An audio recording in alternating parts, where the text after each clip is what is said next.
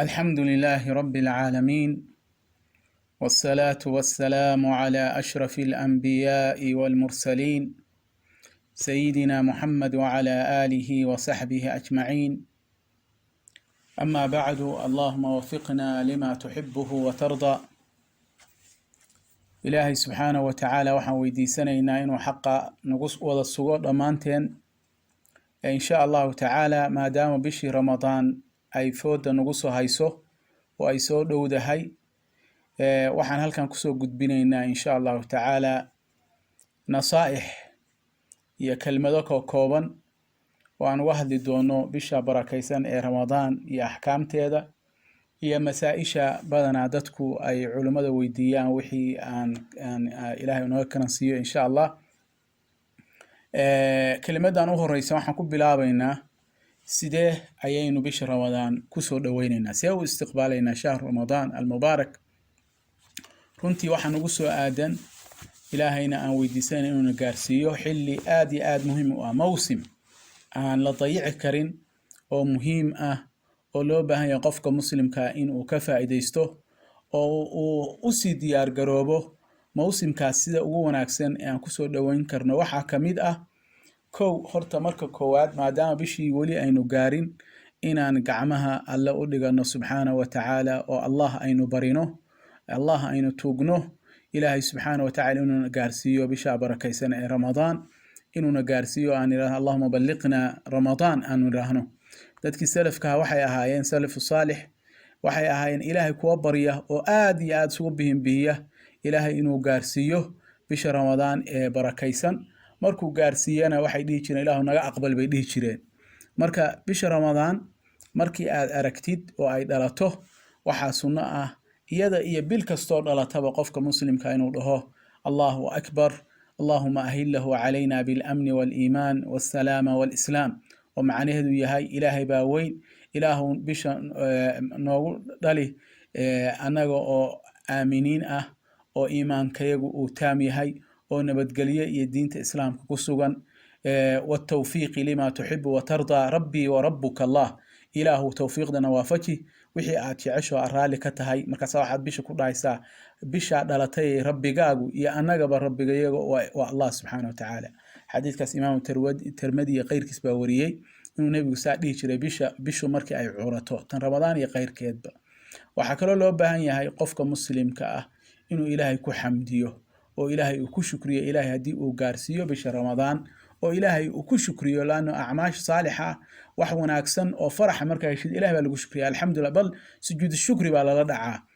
imaamu nawowi raximahu llahu tacaala kitaabkiisa adkaarta wuxuu ku yiri, waxaa ogaataan inay sunno tahay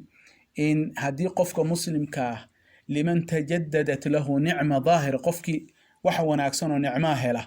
aw indafacat canhu niqmatun daahira, ama shar iyo balaayo ilaahay uu ka hayo,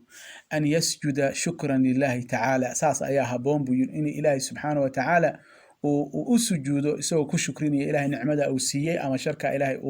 uu ka hayay subxaanahu wa tacaala. wa an yuthniya bima huwa ahlahu, ilaahayna inuu aad u ammaano, ilaahay uu ku mahadiyo waxa ilaahay uu mudan yahay oo shukriga ah. saas ayay salafkii ahaayeen. nicamka kuwa ugu waaweyn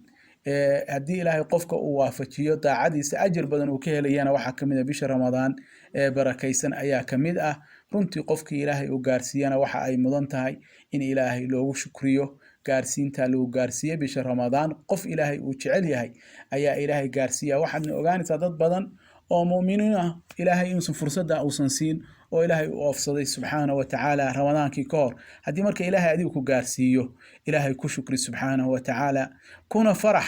oo faraxa lagaa arko inaad ku faraxsan tahay. nebigu sala allahu calayhi wasalam asxaabtiisa uu ugu bishaareyn jiray oo waxa uu dhihi jiray sala allahu calayhi wasalam, wuxuu dhihi jiray sala allahu calayhi wasalam, jaa'akum shahru ramadaan, waxaa idin soo booqdo idin yimid bishii ramadaan. shahru ramadaan shahrun mubaarak, waa bil barakaysan, kataba allahu calaykum siyaamahu, waa bil ilaahay idinku faral yeelay inaad soontaan. فيه تفتح أبواب الجنان وتغلق فيه أبواب الجحيم حديث ديروي يعني نبي صحابة يقول بشارين شري بشا بركة سنة بعدين تمد الباب ذا جنة على فراء ومعن هذه خيرك أيا إله أجرك أيا ذاتك ما عرفتي لولا من لابا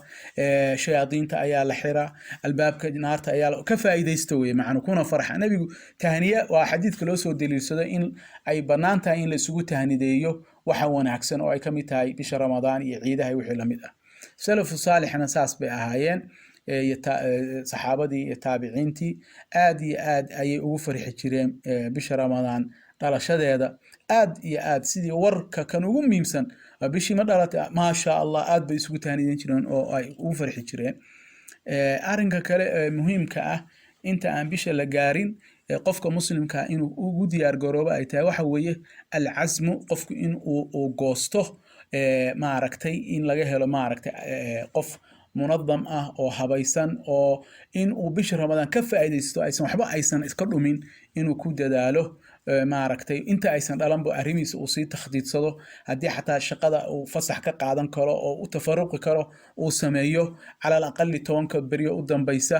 in uu ma aragtay qof si diyaar garoobay laana waa arrin muhiim ah jiddan aad muhiim ah oo aan ogeyn inaan mar dambe ay nagu soo noqon doontana aynu ogeyn qofku inuu u diyaar garoobo waxa kale loo baahan yahay qofku in uu Ilaahay subhanahu wa ta'ala hortiisa uu ballan ka qaado in uu ka faa'iideysto fursadaas Ilaahayna subhanahu wa ta'ala hadii uu niyada uu run ka sheego Ilaahay subhanahu wa ta'ala xaq ayuu waafajinaya waxa loo baahan yahay waxa kamid ah qofka muslimka ah in uu si muraajaca ku xataa haduu qof cilmi laha uu yahay inuu muraajaca ku sameeyo waxyaalaha ahkaamta bisha soonka inuu barto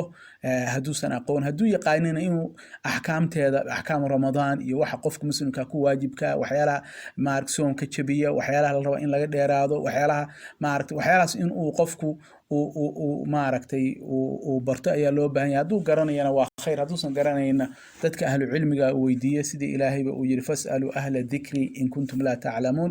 weydiiyo dadka cilmiga u saaxiibka hadii ay aad mas'ala garan weydaan ama aydan garanayn waxa kale loo baahan yahay in qofka muslimka ah uu Ilaahay u toobad keeno oo bisha Ramadan isaga oo saafi ah oo safahaadkiisu ay saafi yihiin oo ay bisha Ramadan ugu dhalato Ilaahay uu toobad keeno subhanahu wa ta'ala إلهي وحلي وتوبوا إلى الله جميعا أيها المؤمنون لعلكم تفلحون وردمانتين إلهي أصول نقض إلهي أصول لابت تاس أيا فلاحة إيو معركة الليمانتو أي كتشرتاي إنو قفكو توبت كينو إلهي سبحانه وتعالى وحي ذنبي أها وشنت كربحو إلهينا ويدسنو رافو هدي وقوستو ونكنا دامودو هدي وحيالا بني آدم وكقلي أيهين وحودو عليو أما وكدل بضا إني سامحان oo maaragtay ayaa loo baahan yahay bisha Ramadan waa bil barakaysan qofku waa inuu u diyaar garoobo khayr oo dhan uu ka qayb qaato cibaadada ha ahaato qiraa'atul quraan ha ahaato salaad ha ahaato soom ha ahaato dacwada ha ahaato wixii uu akhrin karo khayr uu sheegi karo gurigiisa iyo caruurtiisa iyo ehelkiisa iyo wixii lamid ah inuu khayrka uu gaarsiiyo dhikriga uu badiyo ayaa loo baahan yahay marka bisha Ramadan waxaan rabnaa waan ka hadli doonaa markii aan iyada gaarno laakiin iyada istiqbaalkeeda marka horeba in adiga oo saafi ah oo walidaalika bisha Shacbaan hadda aan aakhirkeeda ku sii jirno waxay ahaayeen maaragtay shahar uu nabigu acmaash saalix u badin jiray soonka aad buu badin jiray qiraa'atul quraan salafkiina saas ahayn dhikriga sadaqada in laana waxa la rabaa in adiga khayrkii u bartay oo taawuday soomkii taawud waxa weeye yani oo la qabsaday oo haduu alla ku roon sadaqada la qabsaday oo qiraa'atul quraanki la qabsaday oo dhikriga la qabsaday